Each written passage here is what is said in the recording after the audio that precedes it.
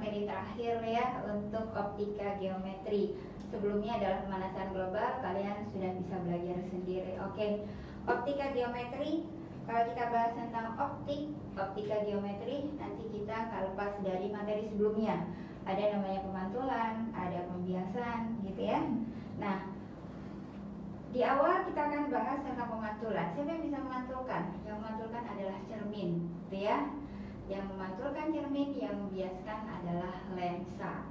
Bedanya kalau lensa, dia itu punya ketebalan, sehingga nanti dia punya indeks bias, maka ada perubahan jalannya cahaya ketika dia lewat dari rapat ke renggang atau sebaliknya renggang ke rapat, maka akan dibelokkan. Itulah pembiasan. Nah, itu tugasnya lensa. Satu-satu kita bahas. Oke, pemantulan terlebih dahulu. Pemantulan itu dilakukan oleh cermin. Oke, adik-adik, cermin kita sudah ingat pada saat SMP ada 3 buah cermin. Yang pertama adalah cermin datar atau cermin sferis, kemudian cermin cekung. Cermin cekung adalah cermin positif atau konkav atau konvergen. Kemudian cermin cembung atau cermin negatif atau konveks atau divergen, gitu ya. Oke, kalau cermin datar adik-adik pasti sudah paham. Ketika kita ngaca di cermin, bayangan itu ada 2 jenisnya, oke ya. Ada maya, ada nyata. Kalau maya artinya bayangan bisa langsung kita lihat. Kita ngaca, kemudian kita tahu nih bayangan kita di belakang cermin. Itu namanya maya. Kalau nyata, contohnya apa? Misalnya bayangan oleh infokus. Kita nggak bisa ya ngintip-ngintip infokus, gitu kan? Nah, itu nyata, artinya bayangan ada di depan cermin, sehingga harus ditangkap layar. Harus ada layar, misalnya ada tembok, ada layar di depannya, itu nyata. Nah, itu bedanya. Cermin datar sudah paham ya? Cermin datar bayangannya pasti apa deh sifatnya? Nah, udah kerjaan kita setiap hari bercermin. Bayangan terlihat berarti maya. Kemudian kalau maya selalu tegak ya, nah. Kemudian sama besar. Nah, sekarang kalau misalnya kita punya 2 cermin membentuk sudut, bisa jadi bayangannya akan menjadi lebih dari 1. Misalnya saya punya cermin 1, saya taruh cermin saya yang kedua di sini. Maka bayangannya ada berapa kira-kira? Ada berapa? Misalnya ada titik di sini, maka sini. Nah, ada lagi. Bayangannya ada lagi. Oke, ada 3. Sehingga N itu banyaknya bayangan adalah 360. Kita bagi sudut kurangin 1 ya. Ini banyaknya bayangan. Kalau kita lihat di sini sudutnya adalah siku-siku 90, maka 360 kita bagi 90 kurangin 1. 4 kurangin 1, oh ya ada 3 bayangan. Oke, gitu ya. Ini makanya ada jurusnya Naruto 1000 bayangan. Berarti dia pakai cermin sudutnya kecil banget ya kalau 1000. Oke. Yuk, sekarang kalau cermin cekung. Cermin cekung itu adalah cermin positif. Kenapa dikatakan positif? Yuk kita gambar ya. Cermin cekung. Ini namanya sumbu utama ya. Oke, sumbu utama. Di sini pusat cermin. O. Fokus ada di depan cermin, sehingga dikatakan cermin positif. Positif ya. Nah, di sini ada jari-jari kelengkungan besarnya 2 kali fokus. Oke. Maka ada pembagian ruangan pada cermin cekung. Dari O sampai F ini namanya ruang 1. Dari F sampai R namanya ruang 2. Dari R sampai jauh tak terhingga di sana ruang 3, di belakangnya adalah ruang 4.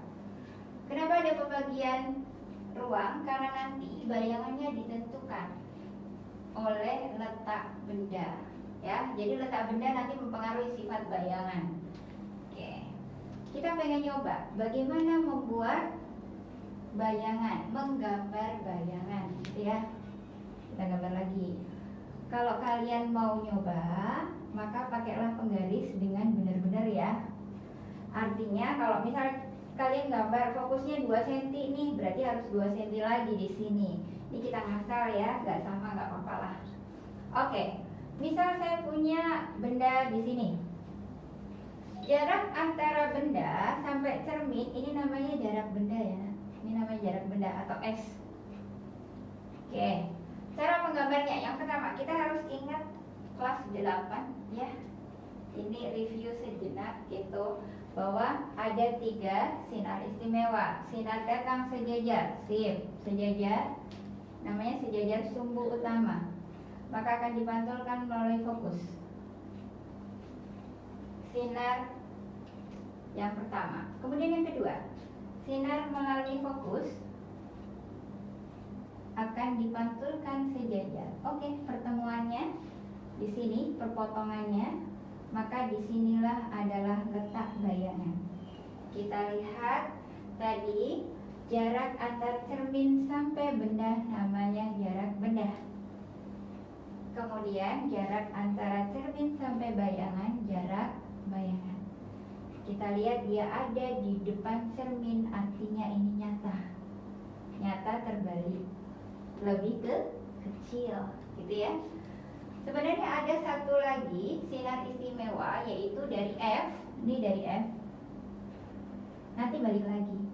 Tuh, kalau kita lihat, boleh nggak saya pakai sinar istimewa satu lagi? Nggak boleh. Boleh nggak misalnya saya pakai dari R nih, dari R, nanti akan dipantulkan kembali. Ini sama aja ya nih. Tuh, ketemunya sama di sini. Kalau kamu mau pakai satu, sinar 1 dengan sinar 2 boleh, 1 dengan 3 boleh, 2 dengan 3 boleh, ketemunya sama. Oke ya, berarti di situ. Persamaan untuk cermin bahwa seperfokus itu sama dengan seperjarak benda tambah seperjarak bayangan. Kalau kita lihat ternyata bendanya bisa diperbesar, bisa diperkecil. Berarti ada namanya perbesaran. Oke, jarak bayangan dibagi S. Ada mutlak di situ ya. Kenapa? Karena jarak bayangan bisa jadi minus. Kalau perbesaran nggak mungkin minus ya, makanya dimutlakkan. Atau boleh M itu H aksen per H. Itu ya adik-adik. Oke, sudah hafal ya? F-nya adalah fokus, jarak fokus, kemudian S-nya adalah jarak benda, S aksennya adalah jarak bayangan, kemudian R itu tadi apa? Jari-jari kelengkungan, dia 2 kali dari jarak fokus, M-nya adalah perbesaran, H adalah tinggi benda, H aksen tinggi bayangan. Oke adik-adik, kita coba satu contoh terlebih dahulu ya. Misal, jika diketahui, contoh